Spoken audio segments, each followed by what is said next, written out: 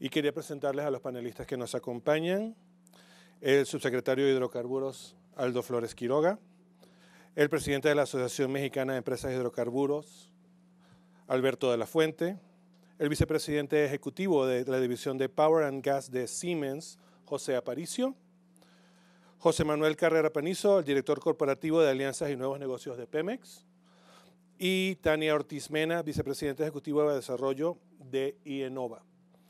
Es un panel bastante amplio.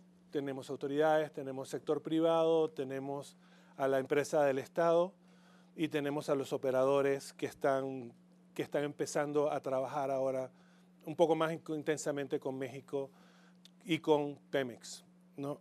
Entonces, no sé si ustedes querían hacer algunas palabras iniciales, señor subsecretario, o empezamos con el... Los resultados de la primera ronda de licitaciones son realmente extraordinarios. Atrajo México 49,000 millones de dólares en inversión, en exploración y extracción. Habría que añadir que hay 16,000 millones de dólares también de inversión potencial en infraestructura de almacenamiento, transporte, distribución de petrolíferos y de gas natural. Esto significa ya una nueva etapa para México en su sector energético. Es una nueva realidad, un nuevo modelo energético, y eso está siendo reconocido internacionalmente.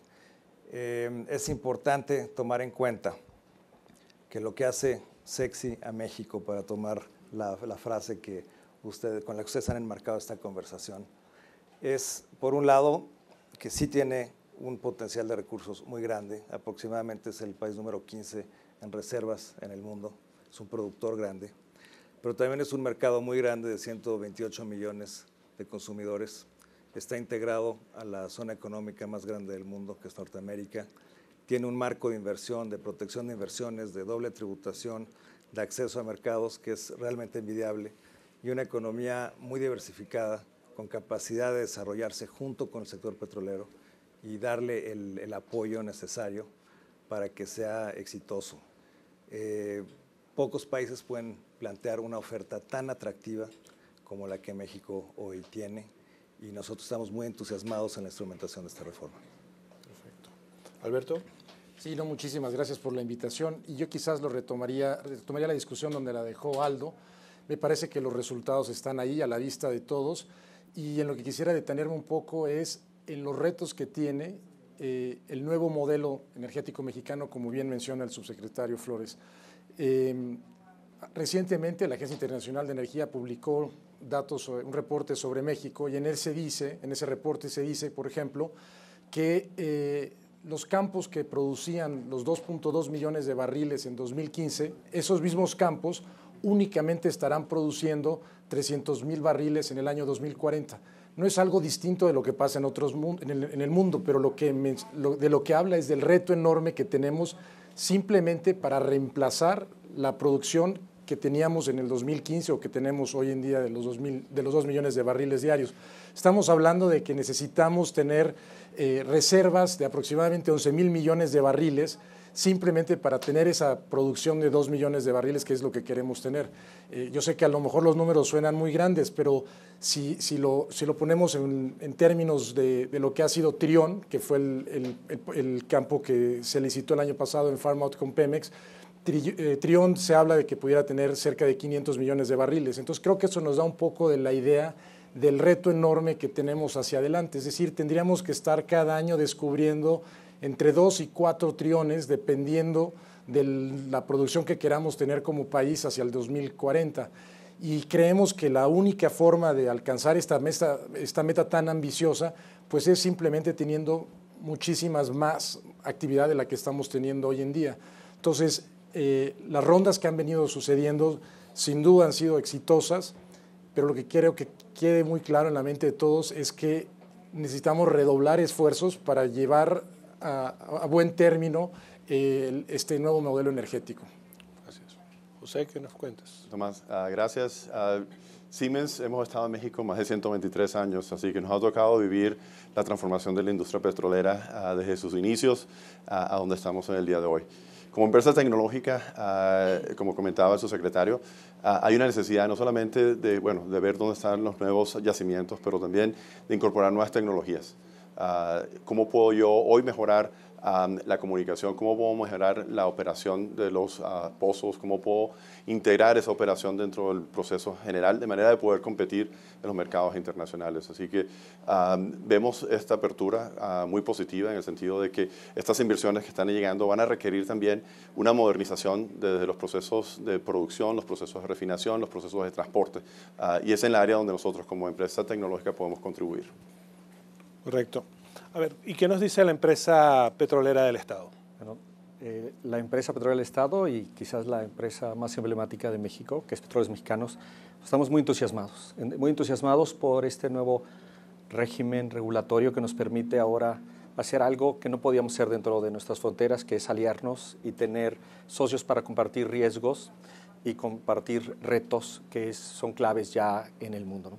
Si ves, volvemos a utilizar el ejemplo de Trion. Yo creo que en el mundo, para un campo tan complejo y de tanta dificultad técnica, en el mundo no hay una empresa que lo haga sola, sino que requiere del complemento de otras empresas que le permita realmente unir esfuerzos. Yo creo que este nuevo marco le permite a Pemex tener ya las oportunidades de aliarse. Recordemos que Pemex tiene una historia ya de alianzas en el pasado. Tenemos una refinería con Shell en Deer Park, en Texas, y tenemos ya una larga historia que Pemex ha demostrado que puede ser un socio confiable de largo plazo y que puede generar utilidades en un negocio tan competido como es el de la refinación en Estados Unidos.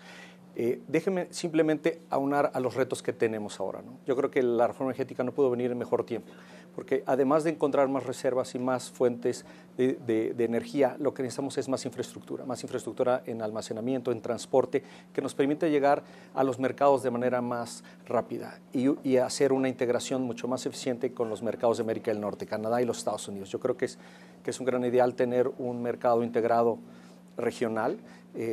Esta región por sí sola llega a ser muy poderosa en cuanto a crecimiento económico y potencial. Yo creo que tenemos que complementar la infraestructura que tenemos con inversiones privadas que nos permitan llegar al consumidor y al industrial de una manera más eficiente. Correcto. ¿Y los operadores, Tania? Las empresas de construcción y ingeniería.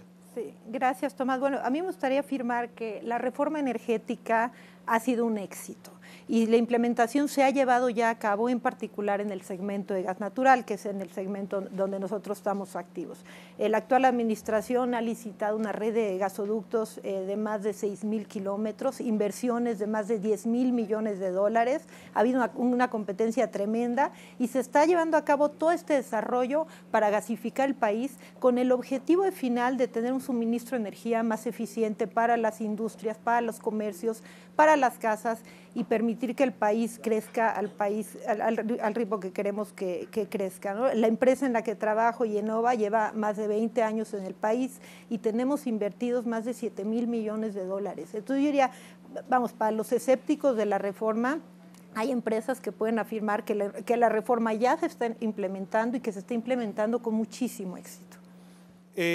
Justamente estábamos hablando de todas estas inversiones, pero muchas de esas inversiones en petróleo van a empezar a dar resultados en 5, en 10 años algunas. Sin embargo, hay cosas, exactamente como gas, que están ocurriendo ya. Así que, y si quieres, te dirigimos la pregunta a ti, Alberto, y de ahí empezamos la discusión. ¿Cuál es el balance que se hace ahorita, tanto desde el sector público como del sector privado, de dónde está en este momento esta reforma que está iniciándose de alguna manera? ¿Y cómo están coordinando esfuerzos el sector privado y el sector público para atraer más inversiones y para un poco llamar la atención sobre los éxitos que ha estado teniendo la reforma? Yo diría que los retos los hemos ido enfrentando de lo que tenía que ver con las rondas de licitación y el arranque. Creo que esa parte ya pasó, es decir, lo tendremos todos los años, pero esa parte ya está superada en mayor parte. Donde estamos enfrentando hoy los retos, como es natural, es en el arranque de los procesos de exploración, en el arranque de los programas de trabajo, y es ahí donde es natural que estemos empresas privadas y el gobierno, a través de los entes reguladores principalmente, teniendo estas discusiones de cómo llevamos a buen puerto finalmente todas estas inversiones. Pero las características por las que ha sido exitosa la reforma siguen estando ahí, que son la transparencia y, por otro lado, esa capacidad de interlocución entre empresas y gobierno para finalmente poder llevar a buen puerto estas inversiones. El eje rector de nuestros esfuerzos descansa en la transparencia, pero también en la competencia. Queremos crear certidumbre a través de plantear con claridad nuestra visión de largo plazo. Queremos mercados abiertos, competidos, donde la innovación y la creatividad que el sector privado puede desplegar y la empresa insignia de México también, Pemex, puede desplegar con estas nuevas herramientas, se haga una realidad. Y lo estamos viendo ya. El solo volumen, la cantidad de proyectos que estamos viendo, el despliegue de creatividad que se está planteando, me hace suponer que empezaremos a ver resultados muy halagüeños en un tiempo razonable. Los proyectos de exploración y extracción, especialmente esos que van en aguas profundas, pues van a tomar un tiempo más largo de gestación, pero hay algunos que nos van a empezar a dar resultados relativamente pronto. No quiero decir, se van a dar poco a poco este año, pero se van a ir acumulando en el corto, mediano y largo plazo. Y esto significa que, en efecto, esta nueva realidad está ya funcionando, está dando resultados y esperemos que se materialice todavía en más inversiones. Pero esa es la visión macro. La visión del trabajo de todos los días, ¿cuáles son los retos que están enfrentando ustedes? La gente que está todos los días rompiendo nuevo terreno, plantando bases para un pozo petrolero. Bueno, nosotros llevamos 20 años en México y yo llevo trabajando en esta industria casi más de 15 años, ¿no? Y yo te diría paciencia y optimismo. Es decir, hay que hacer la tarea, hay que trabajar mucho, hay que perseguir las oportunidades y hay que gestionar estos proyectos en todos los niveles. Son fundamentales trabajar con los municipios, trabajar con los estados, de la misma manera que trabajamos con los gobiernos federales para hacer realidad los proyectos, ¿no? No hay caminos cortos, son proyectos muy grandes, son proyectos que tienen impactos importantes y por lo tanto, yo diría, hay que hacer la tarea, pero los proyectos se están llevando a cabo por empresas serias y se están haciendo realidad. Yo creo que hay ejemplos ya que se han dado muy recientemente. Déjame platicar del suministro de hidrógeno a la refinería de Tula. Es práctica común en muchos del Sistema Nacional de Refinación, por ejemplo en Estados Unidos y en Canadá, donde el suministro de hidrógeno no es de las propias refinerías, sino se hace por empresas privadas, especialistas en la materia y que son expertas, ¿no? Nosotros tomamos la decisión, de hecho nuestro director general tomó la decisión hace unos cuantos meses de poner a la venta la planta de suministro de hidrógeno, que es básico para hacer gasolinas. Fue un proceso competitivo y tuvimos resultados muy exitosos, ¿no? En las próximas semanas veremos, pues lo anunció recientemente nuestro director, tendremos otro paquete de plantas de hidrógeno que saldrá al mercado. Y son proyectos que está viendo el mercado, que generan el interés y que están mostrando que poco a poco, y no nada más en exploración y producción de petróleo y gas, sino también en la parte de procesos sencillos, suministros y otras áreas, vamos a ir viendo cómo Pemex va a ir cediendo aquellos espacios donde creemos que la iniciativa privada es más eficiente que nosotros y nos puede generar un valor, ¿no? Y el resto de la organización dedicarse a aquellos procesos que son básicos o los procesos sustantivos de refinación y de exploración y producción que tenemos en Pemex. Estos son proyectos que, como decía Aldo, van a ir poco a poco gestionándose, van a ir viéndose en el mercado y van a ir siguiendo a traer el interés, ¿no? Vamos, yo creo que no es secreto que todas las empresas que estamos aquí en el mismo panel estamos trabajando juntos en muchos proyectos y que vamos a verlos poco. Hay un último que estamos en el mercado que creemos que pronto tendremos resultados de la primera planta de compresión de gas en mar completamente privada, ¿no? Que eso es un hito en nuestro sector y entonces son realmente hitos que van dando una muestra de cómo se va implementando en muchas partes de la cadena de valor de petróleo y gas, ¿no? ¿Con qué se están encontrando luego de pasar 80 años trabajando casi exclusivamente con Pemex? ¿Cómo es el cambio ahora? Yo quería hacer un punto porque la reforma, una de las cosas que vemos que requiere para que siga funcionando es que el nivel de preparación de las personas mexicanas, de los muchachos mexicanos, ingenieros, y no solamente en la parte de ingeniería, sino también algo que hemos empezado, que es la educación dual a nivel técnico, de que puedan empezar realmente a tener un nivel superior. Si estamos entrando en la revolución digital, que entra dentro de todo lo que es la industria petrolera, vas a requerir un nivel de educación diferente a la que tienes hoy día. Así que creo que es importante que dentro de toda esta visión que estamos viendo, o sea, la inversión de nuevas empresas, de nuevas tecnologías, hay que también invertir en la parte de educación. O sea, la calidad, la necesidad de ingenieros del futuro es muy diferente a lo que estamos viendo hoy día. Sobre el título del sex appeal del petróleo mexicano de este panel, te he dicho en años recientes mucho acerca del cambio en la estructura del mercado en vista del crecimiento de los recursos no convencionales como el shale, que le han permitido, por lo menos a Estados Unidos, recuperar buena parte de su independencia energética en algunos casos, ¿no? Sin embargo, hasta el momento las rondas de México se han centrado en recursos convencionales. ¿Qué tan rápido puede México desarrollar sus propios recursos no convencionales para incrementar la flexibilidad del país como productor? Está la regulación lista y estamos analizando a partir de un proceso interactivo también con la industria, donde estamos recibiendo nominaciones en la que las empresas nos dicen dónde les interesa participar. Esa información la analizamos junto con la nuestra y vamos a decidir qué bloques habrán de ser presentados a licitación. Puesto que las cuencas mexicanas básicamente son extensiones de las que ya tienen éxito en Estados Unidos, para nosotros es razonable suponer que hay una probabilidad de éxito muy significativa en este tipo de proyectos. Más aún, la industria de soporte que está del otro lado de la frontera también está disponible para este lado de la frontera. De modo que con el cúmulo de medidas, de regulaciones, de acciones y el compromiso institucional que ya existe para que esto prospere, nosotros suponemos que podemos empezar a pensar de manera más activa y creativa sobre el desarrollo del sector de no convencionales. Todas estas rondas han atraído la atención de empresas, no nada más al norte de la frontera, sino hemos visto a Petronas, hemos visto a Lukoil, hemos visto a muchas empresas internacionales participando. ¿Qué hizo que vinieran aquí cuando no era el único país que estaba haciendo aperturas petroleras y rondas petroleras en los últimos 2 años? La mexicana es la 12ª economía del mundo y lo llegó a ese lugar con un sector energético cerrado. Abrirlo significa que hay muchas oportunidades de inversión en una economía grande y, como mencioné, integrada con el mundo.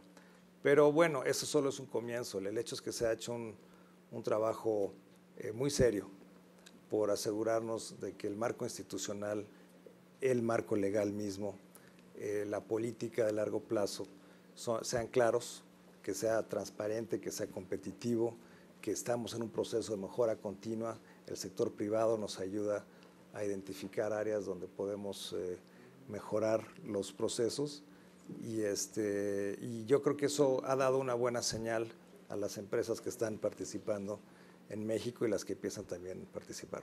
Yo rápidamente comento que en Amexi somos 50 empresas, de las 50 empresas tenemos 19 nacionalidades representadas, tenemos esas 11 empresas mexicanas, incluido Pemex dentro de Amexi, y de los contratos que se han otorgado, 25 o 24 empresas que forman parte de Amexi han obtenido estos contratos, y creo que refleja el atractivo de México hacia ese entorno internacional del que mencionabas, y también ejemplifica muy bien uno de los objetivos de la reforma, que era el de generar un entorno competitivo, y eso es justamente lo que estamos logrando. En el tema de no convencionales, quizás lo que agregaría es, creo que el desarrollo de no convencionales se inserta perfectamente en la dinámica que mencionaba el subsecretario Aldo Flores en cuanto a en los tiempos. Es cierto, aguas profundas tiene un horizonte de tiempo más largo, de 5 a 10 años. Seguramente los no convencionales tienen un horizonte de tiempo de desarrollo más corto.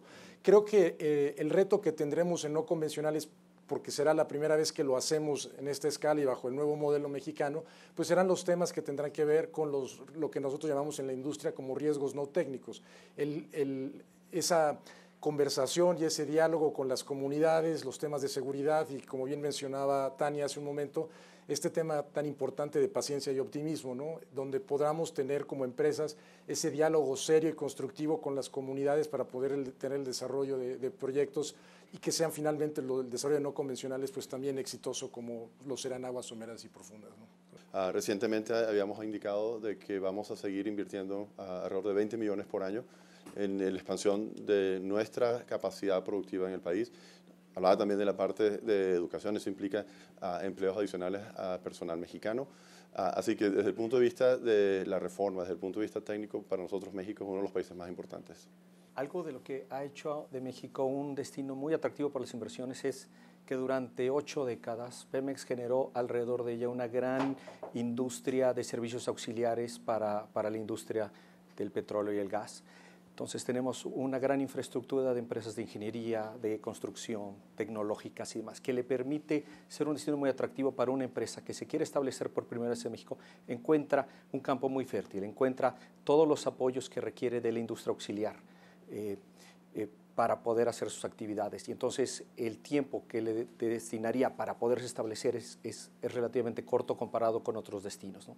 Entonces sí es un gran atractivo porque tenemos una industria auxiliar muy sólida, de pequeñas y medianas empresas que se ha forjado alrededor de esta industria y que le da una gran fortaleza y que le permite a México ser ese gran destino que es, ¿no? Correcto. ¿Tania? A mí me parece que la gran, digamos, evidencia del éxito en la reforma está en que todas las que somos, digamos, empresas privadas de capital extranjero, en el momento que decidimos invertir en México, estamos decidiendo no invertir en otras regiones del mundo, ¿no? Entonces sí. Eso por sí solo es un indicador del éxito de la reforma. Estamos decidiendo estar en México y no estar quizá en Brasil, en Perú, en Chile o incluso en otros continentes, ¿no?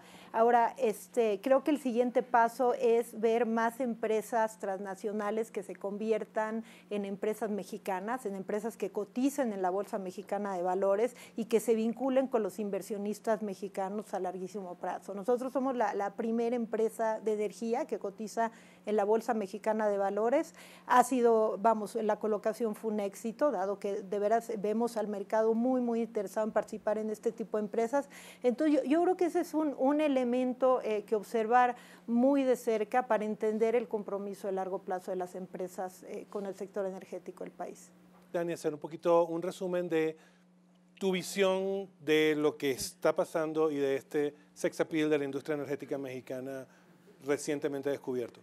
Bueno, primero, la reforma está aquí para quedarse. Es una reforma que toca la industria de principio a fin, es una reforma muy profunda y es una reforma de arriba abajo, ¿no? Desde la Constitución hasta las normas técnicas más detalladas, ¿no? Entonces, es una reforma muy completa, es una reforma que está trayendo mucho interés y es una reforma donde todos los intereses están alineados, desde los hacedores de política pública hasta los reguladores, las empresas del Estado, las empresas privadas. Entonces, digamos, y todo en beneficio de crear este mercado energético eficiente y dinámico. Entonces, la reforma, insisto, está aquí para quedarse. ¿Pemex?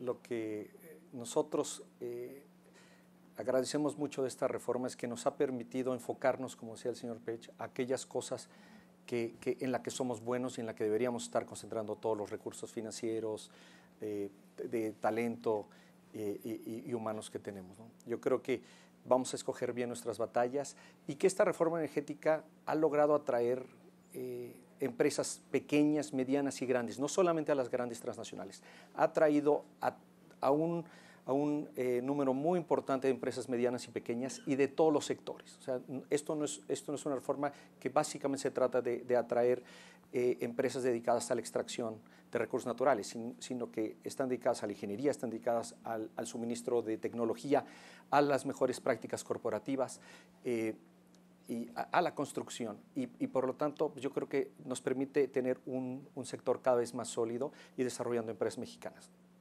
Creo que la reforma está dando esa apertura donde uno siente que hay una apertura por parte de Pemex, una apertura por parte del gobierno, una seriedad de que este tipo de reformas lo que va a traer es beneficios al país.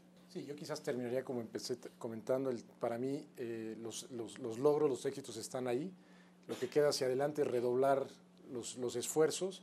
Creo que el sector energía tiene el potencial de convertirse en lo que en su momento fue el Tratado de Libre Comercio hace 20 años como esta palanca de desarrollo, y lo único que le queda a México es entender este contexto de competencia internacional para que las inversiones sigan viniendo a México. Me gustó cómo lo planteó Tania, la reforma, el cambio llegó para quedarse. Esta nueva realidad significa oportunidades que no estuvieron presentes en el país por 8 décadas prácticamente, y es una transformación que también exige, como lo menciona Alberto, un trabajo, un esfuerzo redoblado. Todavía tenemos mucho que hacer, pero en estos 3 años básicamente el lanzamiento de la reforma, a México se le ha reconocido por su capacidad de instrumentar una política muy ambiciosa y plantear una nueva realidad para el sector energético. En ese sentido, México sigue siendo atractivo y muy sexy para las inversiones petroleras. Correcto. Bueno, y con eso concluimos este primer panel acerca del sex appeal de la industria petrolera mexicana. Muchísimas gracias por su participación.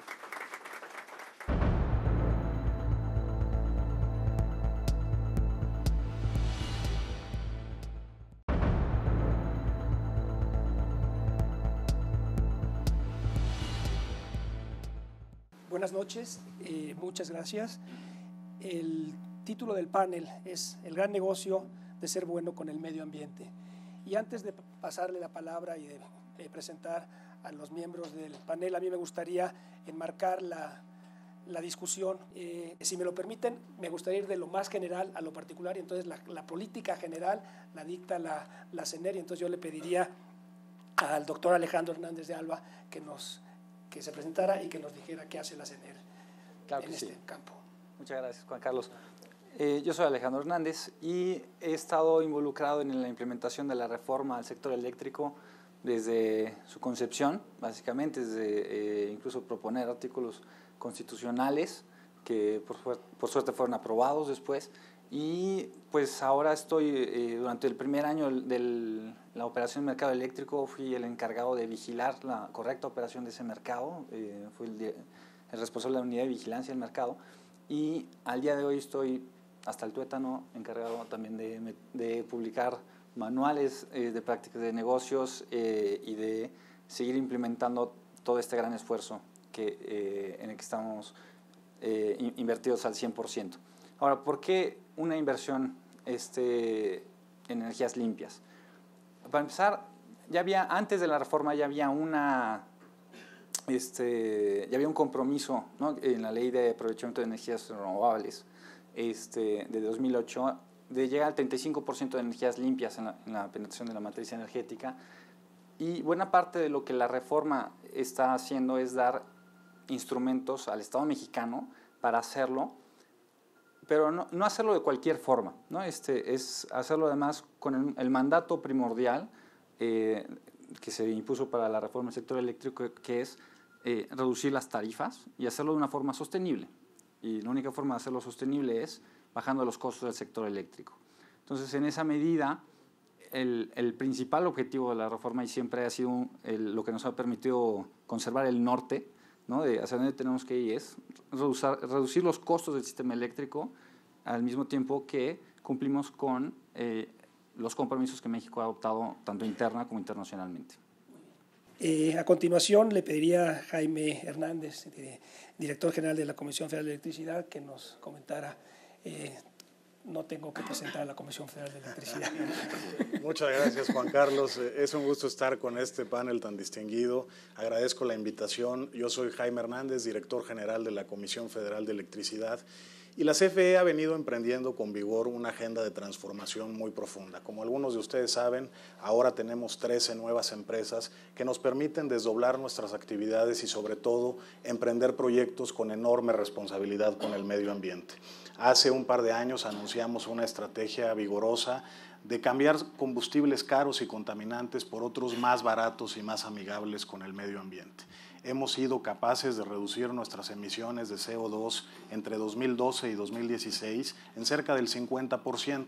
Adicionalmente, a partir de las subastas eléctricas, la CFE ha participado en su doble papel de generador y de suministrador de la energía eléctrica, y en ese papel hemos detonado cerca de 52 nuevas centrales, principalmente eólicas y fotovoltaicas, en todo el país. Dentro de 3 años, prácticamente 1 de cada 2 estados de la República tendrá en su territorio una nueva central de energía limpia o de energía renovable.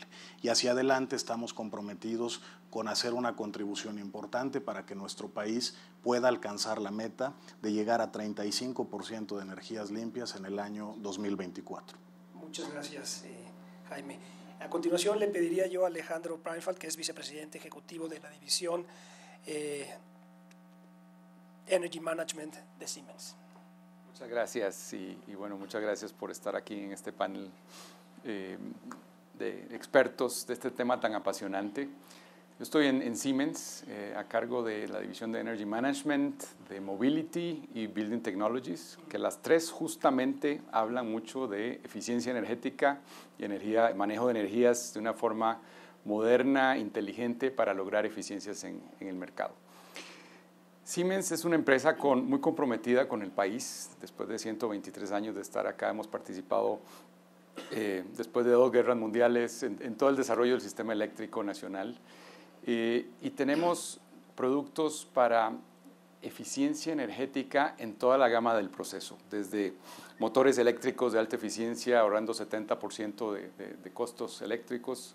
Tenemos productos para una generación eficiente, transmisión, distribución, equipos médicos, equipos para ahorro de energía en edificios, que representa el 40% del consumo total en el país. Tenemos equipos que pueden ahorrar 30% del consumo eléctrico. Somos una empresa no solo proveedora de tecnología, sino también muy comprometidos con el medio ambiente nosotros mismos. Tenemos un plan muy agresivo a nivel mundial de ser una empresa cero emisiones para el 2030, y nosotros en México estamos contribuyendo con una meta de reducción de 60% de emisiones al 2024 también. Está también con nosotros Miguel Ángel Alonso, que es director de Acciona Energía México. Hola, pues mira, nosotros somos una empresa, una utility renovable, 100% renovable.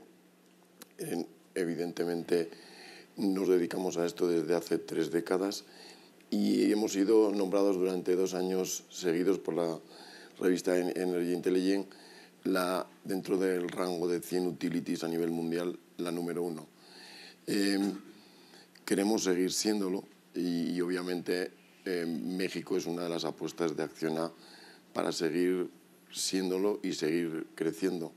Entonces, en ese sentido, pues nosotros pues, nos vemos comprometidos con la reforma energética, que evidentemente me uno a las palabras de Tania. Creemos que ha sido un éxito rotundo porque es difícil hacerlo mejor y más rápido.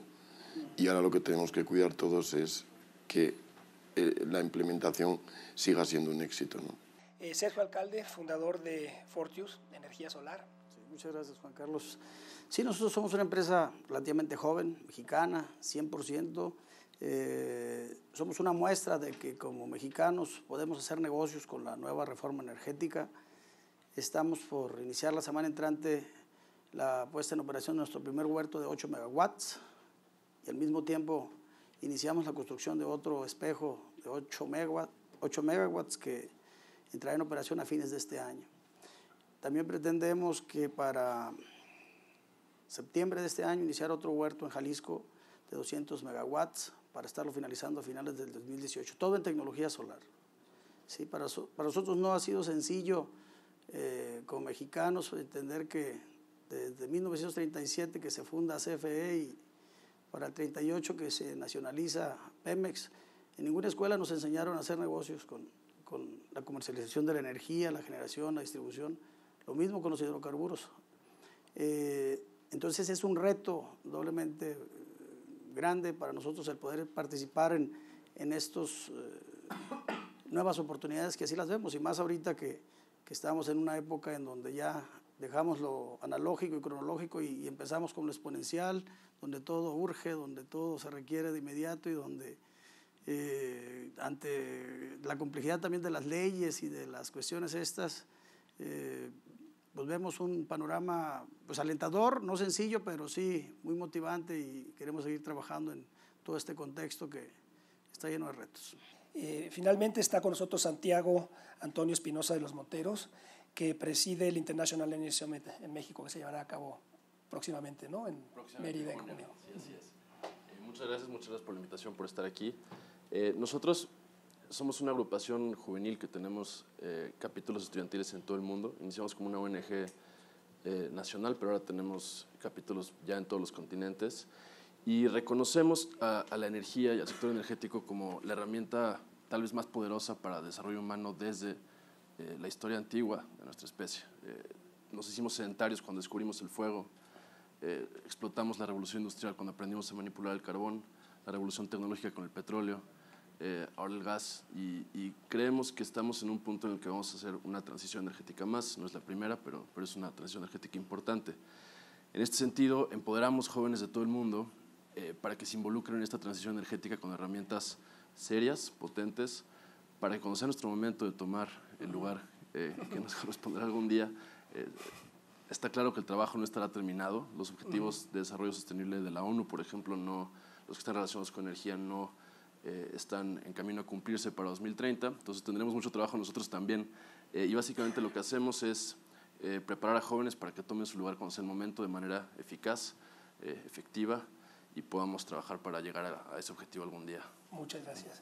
Evidentemente hay ventajas de usar energía limpia, energía renovable, desde el punto de vista ambiental, pero ¿son esos los únicos beneficios que tiene el uso de la energía limpia, o hay también quizá otro tipo de beneficios, por ejemplo en la diversificación de la matriz energética, a la luz de que las inversiones en esta materia son de 50 años y no sabemos qué pueda pasar en 50 años, y si nos dedicamos a gasificar el país, con lo importante que puede ser bajar los costos y traer gas barato, pero podría haber también ventajas en otro tipo de ámbitos, en otro tipo de dimensiones.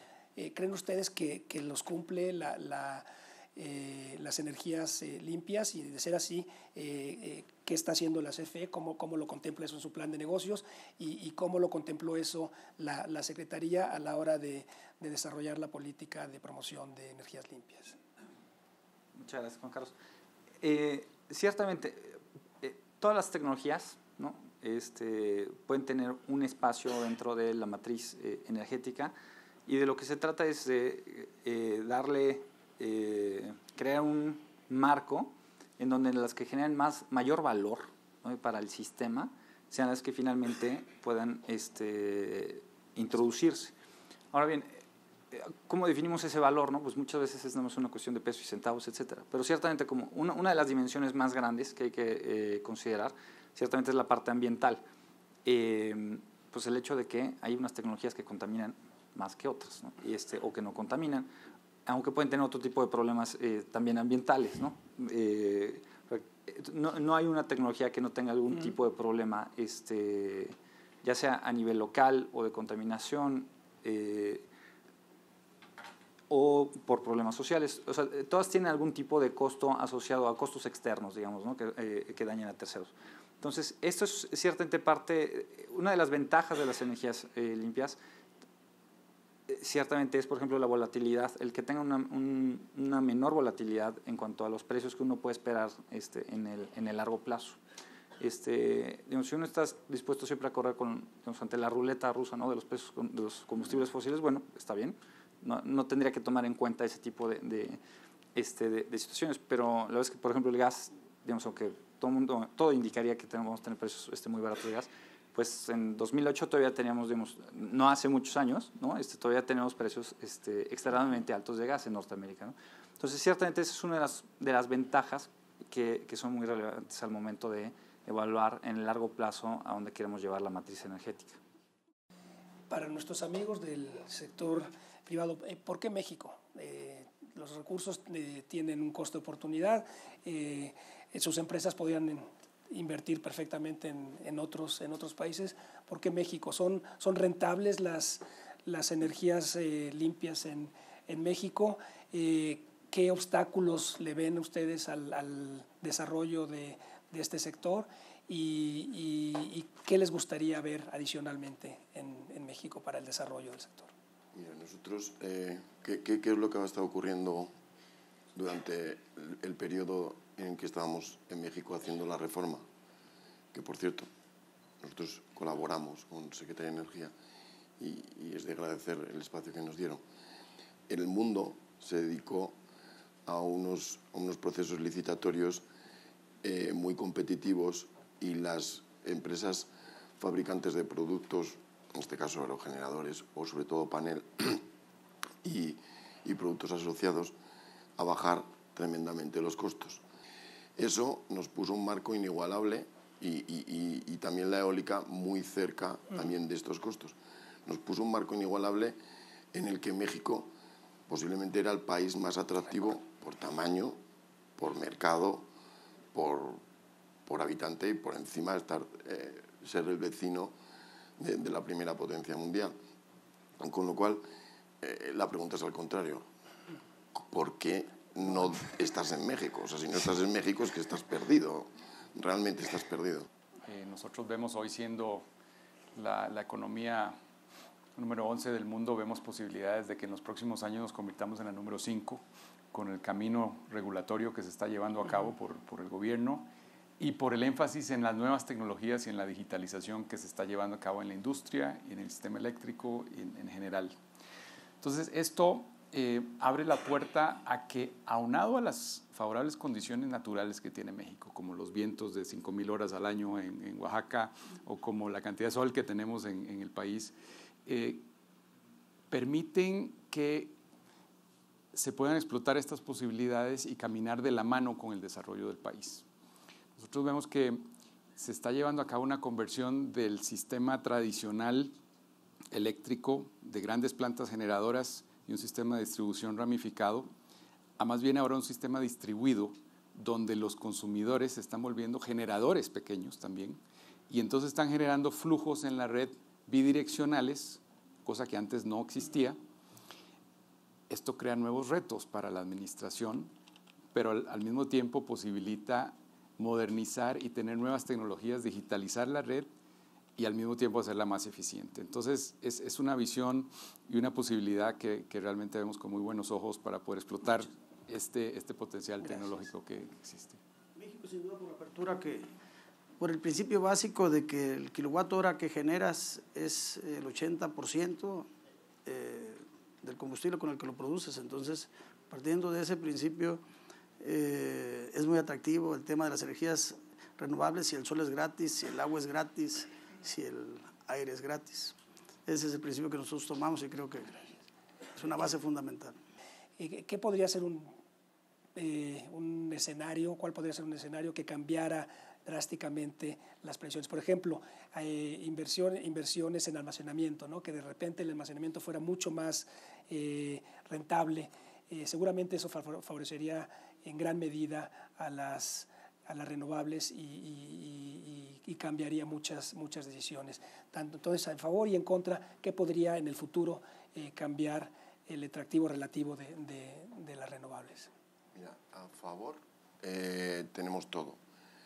Porque lo que dices no es que puede que ocurra, es que va a ocurrir. Las renovables, sí, las renovables van a apoderarse del mercado de la generación de energía eléctrica y sobre todo de la mano del almacenamiento. Porque, ¿por qué te negarías a utilizar un recurso que, como bien se ha dicho, es gratis y que en una finca de 140.000 hectáreas podrías instalar toda la generación necesaria para abastecer a México 100% con full almacenamiento? El costo de la energía de esa planta, el costo por megavatio, hoy sería el costo que tenía la generación eólica en el 2006. Yo creo que México evidentemente ha hecho las cosas muy bien y va a ser uno de los países donde primero ocurran estas cosas.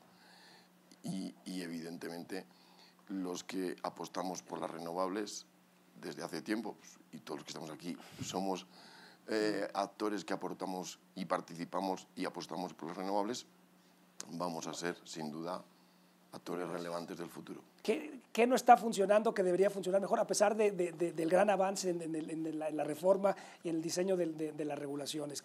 Uno de los elementos centrales que en el pasado se veía como un riesgo potencial, aunque yo debo confesarte, me pongo del lado positivo también en este tema, era, por ejemplo, el fortalecimiento de nuestras redes de transmisión, que son las venas por las que corre la energía a lo largo de todo el país.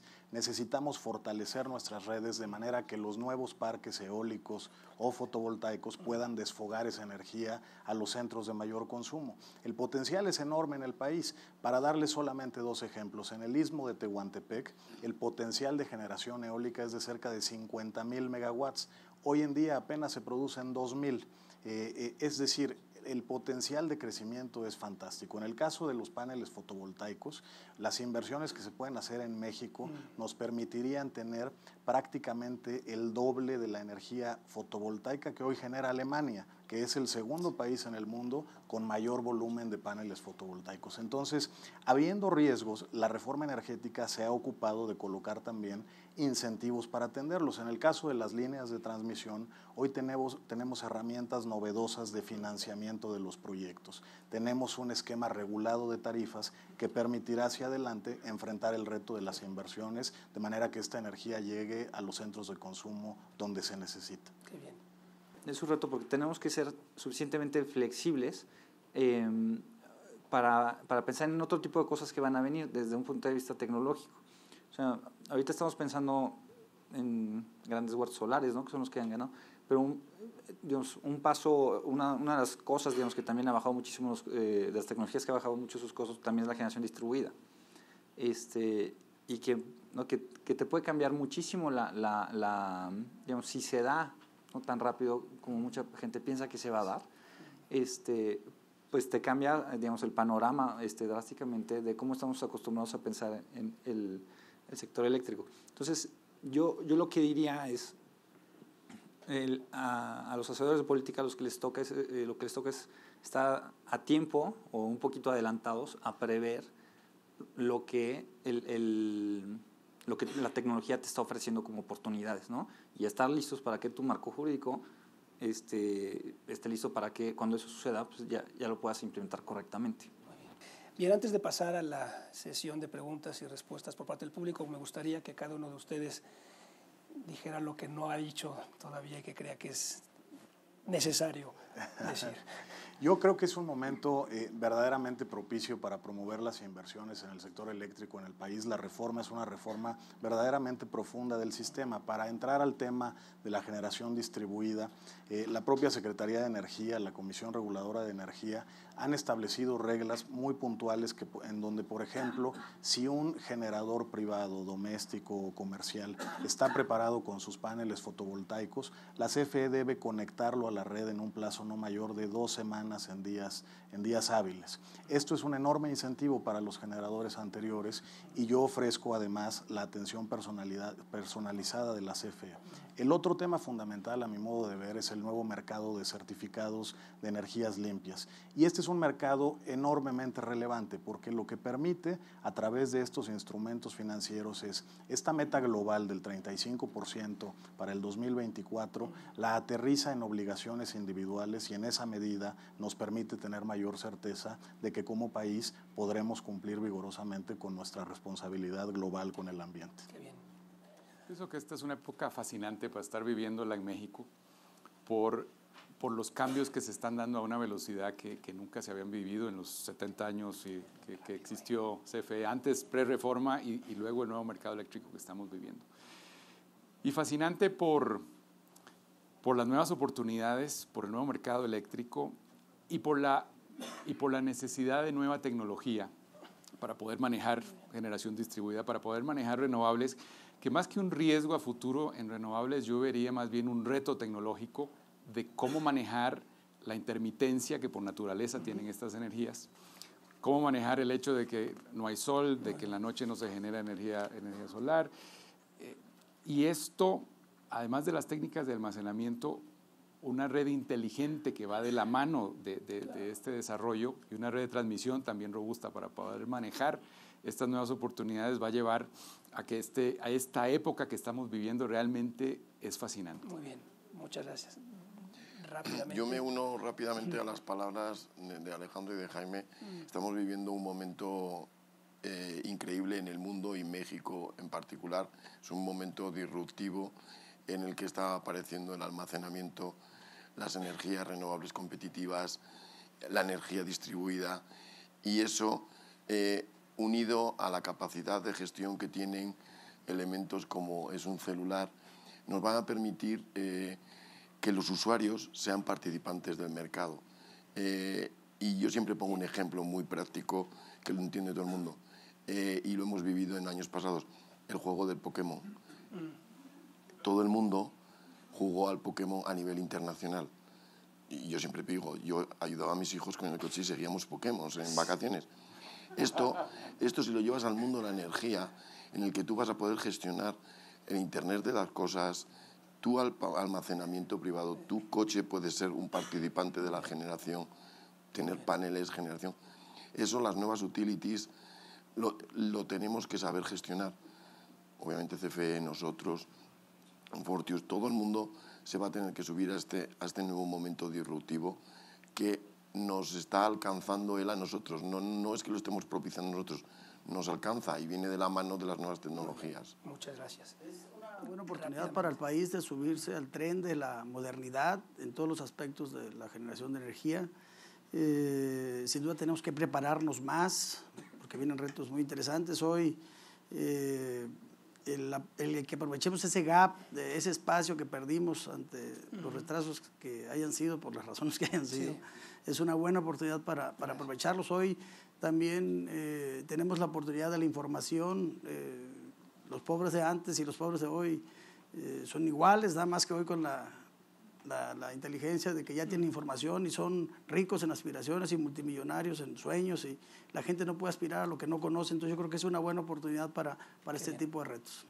4 palabras de una ecuación. Creo que tenemos que llegar a un punto en el que democraticemos el sector energético mexicano y esto lo hacemos a través de descentralización, decarbonización y digitalización efectivamente del sector. Muchas gracias y muchas gracias a todos ustedes.